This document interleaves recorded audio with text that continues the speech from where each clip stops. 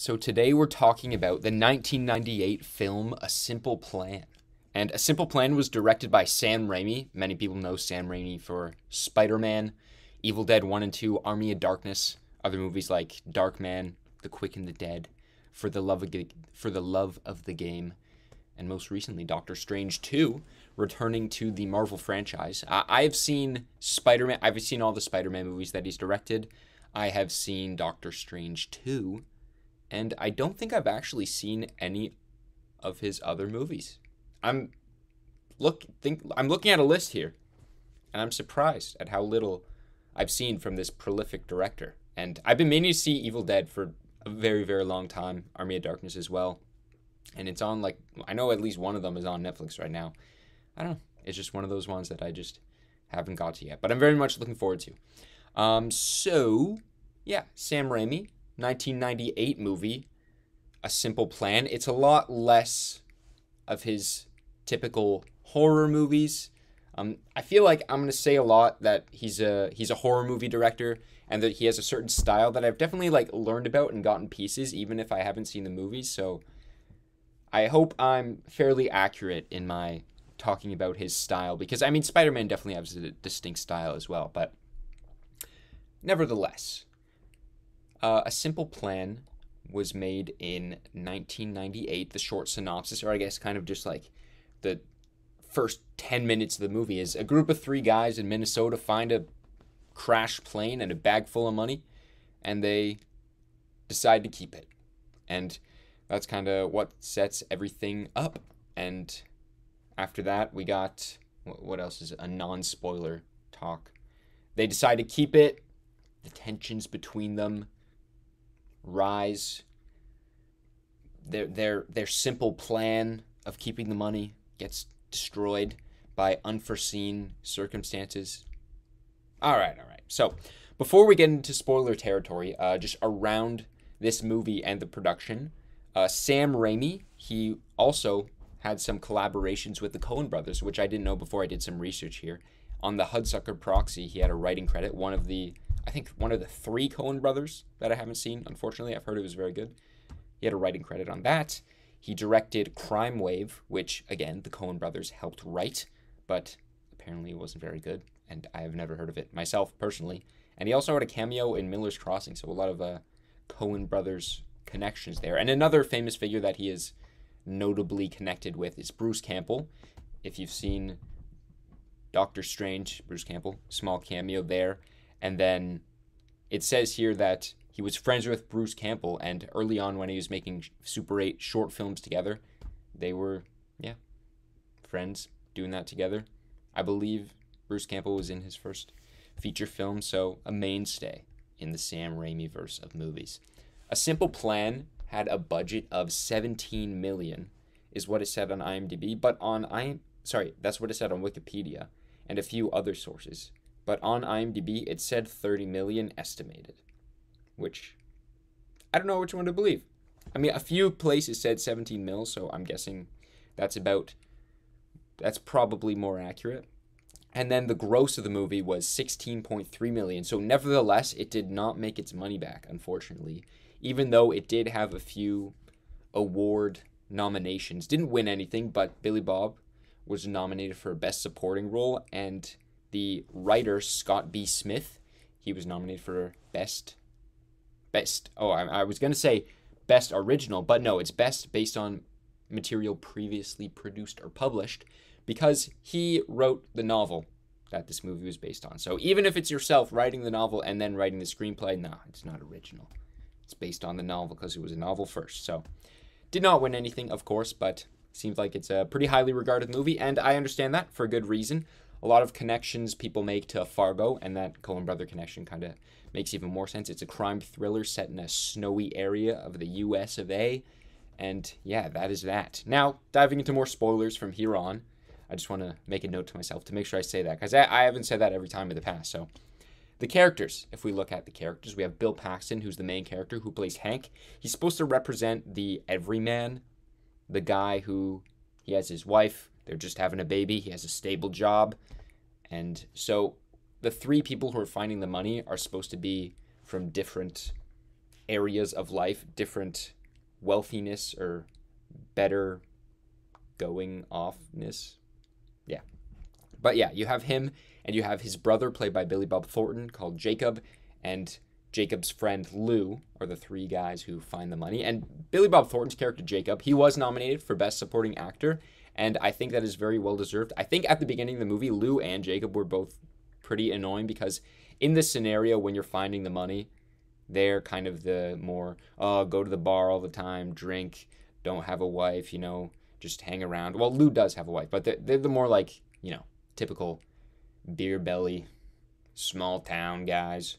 And in Billy Bob Thornton's case, his character had never been with a woman. His only friend seems to be Lou, and he kind of just hangs around. I don't know if it necessarily... I think they mentioned that he kind of goes from job to job whenever it comes by, so at the beginning, those two definitely could need the money more very clearly, and Hank even says that, we should bring the money back right away, and they're saying, no, it's the American dream in a gym bag. I think that's what Lou said.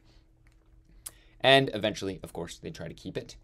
And, sorry, I keep getting sidetracked, but I wanted to say that Jacob, Billy Bob Thornton's character, gets better as the movie goes on. I think the second half of the movie, after Lou gets killed, is when he really shines his acting chops, when he's just kind of depressed, and he's made so many mistakes throughout this endeavor, and it just weighs on him so much. He just doesn't know what he wants to do with his life. And yeah, the ending scene I thought was really great. Billy Bob definitely stand out. Bill Paxton in general, he's good.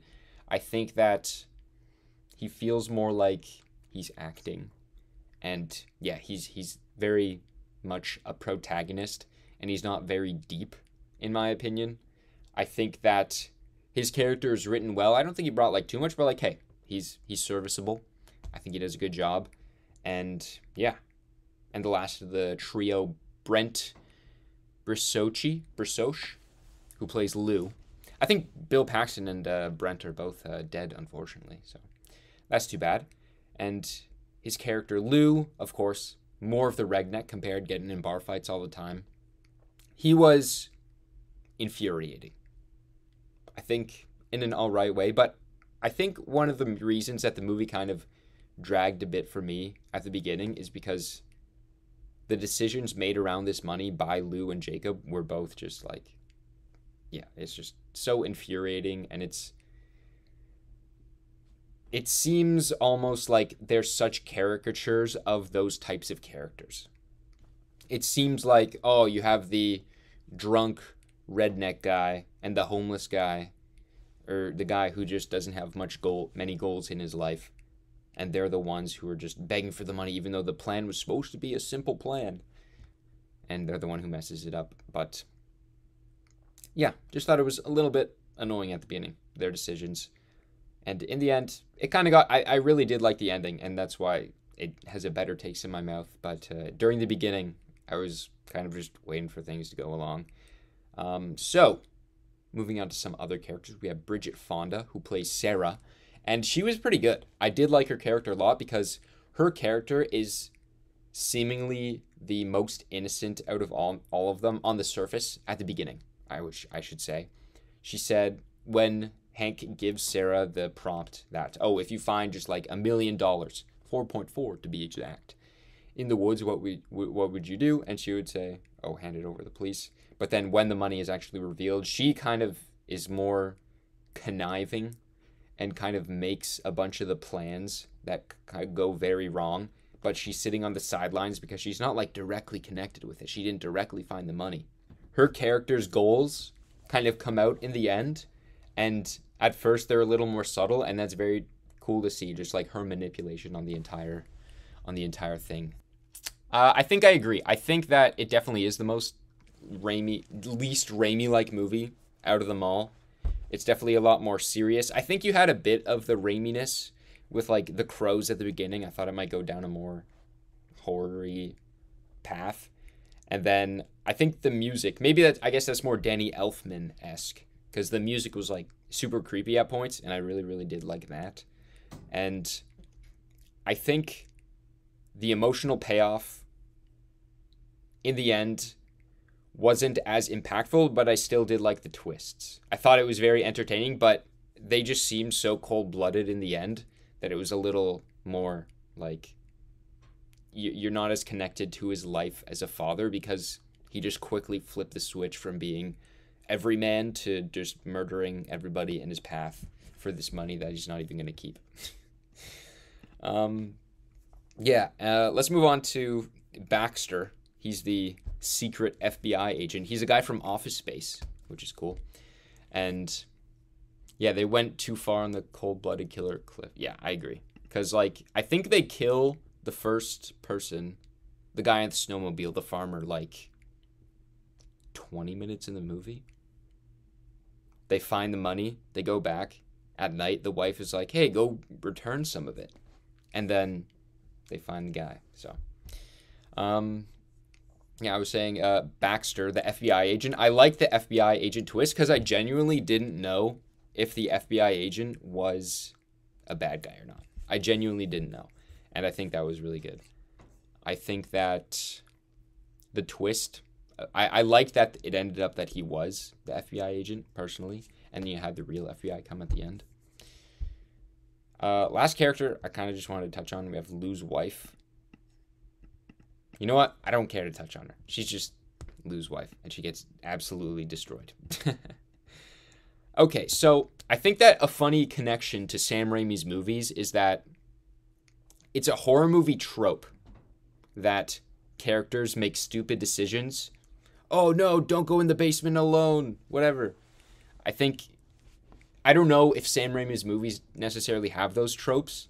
I haven't seen many of his movies. I haven't seen any of the Army of Darkness or anything. But it's funny that the connection is horror movie characters can be stupid, and then characters in this movie are a little bit stupid by Sam Raimi, who's a horror director. But this is not necessarily a horror movie. But I still did like their descent into madness in the end because I think Billy Bob Thornton's character kind of mainly represented that he was just coasting along life at the beginning, and in the end he's just like telling Bill Paxton, do you ever feel evil? I do. And yeah, so Baxter was a dumbass sending Hank into the plane without holding his gun to him. Yeah, that scenario, we all thought, I think, that Billy Bob Thornton's character was going to come and shoot him for him. And then, yeah, that kind of just was a dumbass move. And that was a little annoying, too, that happened. But I think I really liked the line at the end where it's like, oh, is he going to be the everyman and not kill this guy, bring him in, kind of like tell the police what happened, the entire story? But no, the FBI agent says, we're going to have a lot of explaining to do. And he says, just me. And he just decks him right in between the eyes. Cold-blooded killer. No going back, which was great. I like that. Let's see. What else did I want to talk about? So, the movie was filmed in Minnesota. It was very snowy, very cold. I liked how the environment played into the entire story and how the snow falling over everything played a part in, oh, we'll just wait till the morning. Snow's falling. Also, in the bars, there's hockey playing, which is sick. Love to see that. So, the title, A Simple Plan. You hear A Simple Plan, you think in your head immediately, oh, great Canadian pop punk band. And then second, you think, okay, so this movie is about hatching a plan. So what are the plans that were in the movie? So they find the money. Their first plan is, okay, let's keep it.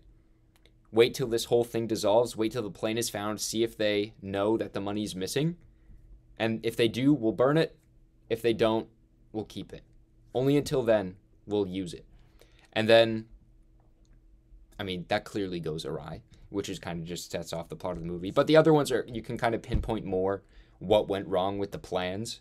You have the plan by Sarah. These next two plans are by Sarah, and they both resulted in people getting killed, which is funny. That her plan was to go and return $50,000 of the money, which is like returning to the crime scene. Oh, gosh.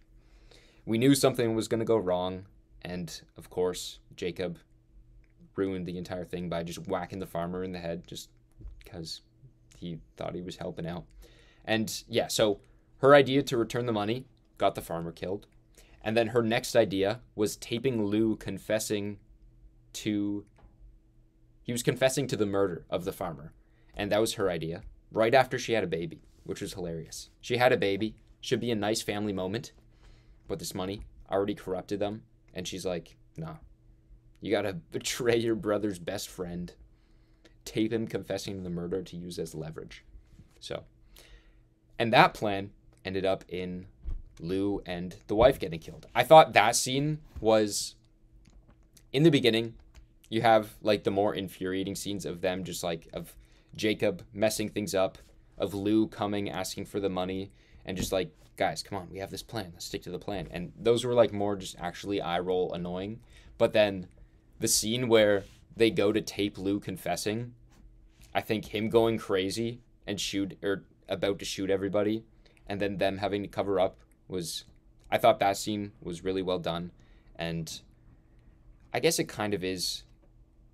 That one, I think that murder is the most believable because it was self-defense in general.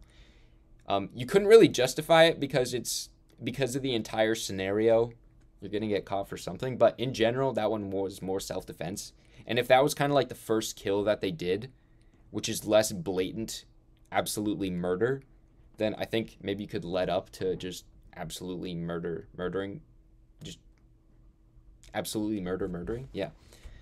You could have led up to killing the FBI agent as like his first actual conscious murder that he had to do, or that he didn't have to do, that he chose to do. But hey, they went for the murder right away. Some of the other plans that they had, we had going to put the money back. Right, he said he was going to put the money back when he had that big fight with Sarah, and she convinced him not to because she needs the money too. She was kind of like the backbone, whispering in Bill Paxton's ear the whole time, being like, yo, we actually need the money. Even though it's funny, because at the beginning, you had Bill Paxton's character being like, you know, we're well off enough that we're going to be fine. I know the other two might need it more in this very moment, but like, I have a stable job and we should be fine. And then later on, Sarah's just like, no, what are we going to do? We need this money for the kid. Got to live a better life. Can't just live here our entire life. Just like going from check to check. And then I think that's just, yeah, reminiscent of what you see in so many movies of money corrupting people. And the classic go from rags to riches ends up corrupting and losing everybody. So I think that was well represented in this movie because it's more subtle that this money that this life-changing amount of money, just changing their perspective, just like that, and having to do anything to cover up their money. I'm trying to think of movies that have that plot line, and I don't know why the first thing I'm thinking of is like House of Gucci. It's just a recent movie that came out, but I'm sure there's like a million different examples of it, and I'm sure I've seen many examples of it, but I'm just thinking Lady Gaga and House of Gucci. But okay, alas. What else did I want to say about this movie? I think that, yeah, a little more praise on Billy Bob.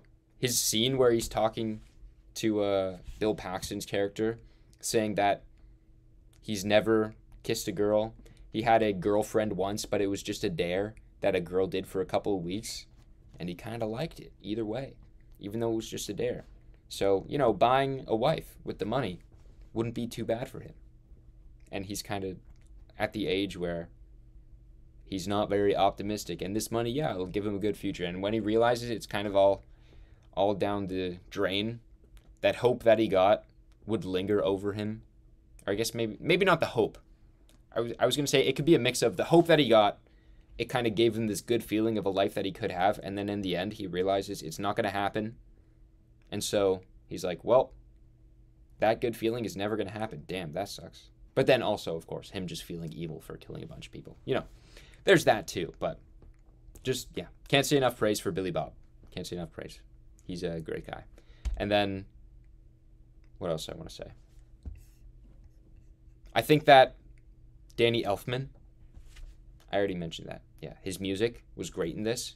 I just looked back a bit on some of his musical career, and man, he has a crazy number of movies that he's done, like Men in Black, Batman Returns, the Spider-Mans, Good Will Hunting, Nightmare Before Christmas, 50 Shades of Grey. Mission Impossible 1, Avengers Age of Ultron, and most recently, Doctor Strange 2, coming back with the Sandman. So, yeah, that was great. And I think the comparisons to Fargo, I'll go to that now. The comparisons to Fargo about, a snowy crime thriller. I'll just say off the bat that I definitely do like Fargo better. I think the comedy comes into play that a lot better. And the story in general is more cohesive than this one. This one feels like a generic crime thriller with a well-done generic crime thriller. Whereas Fargo feels like an original, well-done crime thriller. And I think that the genericness of this movie isn't the biggest fault. Finding a bag of $1 million, $4 million, feels like a writing prompt where it's like, oh, if you find a bag of a bunch of money, what do you do with it? And that literally is what this is. And it's very interesting to see that play out. But yeah, I think that Fargo had much more style. This movie, even though Sam Rami, even in the most recent Doctor Strange, you see his style come out there, you would never have guessed that he directed this movie. You would never have guessed. So, what else did I want to talk about? Oh, a bit of the background behind the movie. So I think I mentioned earlier that the writer also wrote the novel that this was based off of. And apparently the way that the film began production was that Scott B. Smith, the writer, had wrote a short story in the New Yorker, and somebody read that, and then that's kind of how the ball got rolling. They're like, oh, this writer's cool. What else you got? And then found a simple plan, and bing, bada, boom, that's all it takes. Apparently, also, in the beginning, Ben Stiller was initially going to be attached to the project. I'm not sure if it was as a director or as an actor, but seems to be kind of one of the creative heads. Apparently, he worked on the script for a few months, and then he left. And then, one of my favorites, Nicolas Cage, was attached to the project. That would have been crazy. Instead of Bill Paxton, you have Nicolas Cage. I can imagine him at the end pointing the gun at Billy Bob. That would have been great. Yeah, he was going to star in it, but the production company that bought the movie, Savoy Pictures, retired, and then Nicolas Cage left when that happened. Then Paramount purchased it, and then bing, bada, boom, the movie got made. So, yeah, bit of the behind the scenes of that. I don't know what else I have to say about this movie. I did not know anything going into the movie. I watched it on Canopy. All I knew was the poster. I thought, honestly, I didn't know it was like snow. All I knew was it was a crime movie. The poster doesn't give away that it's like snowy. I thought it was like a prison movie or something. It kind of had a similar vibe to like Escape from Alcatraz or whatever, Clint Eastwood, the poster.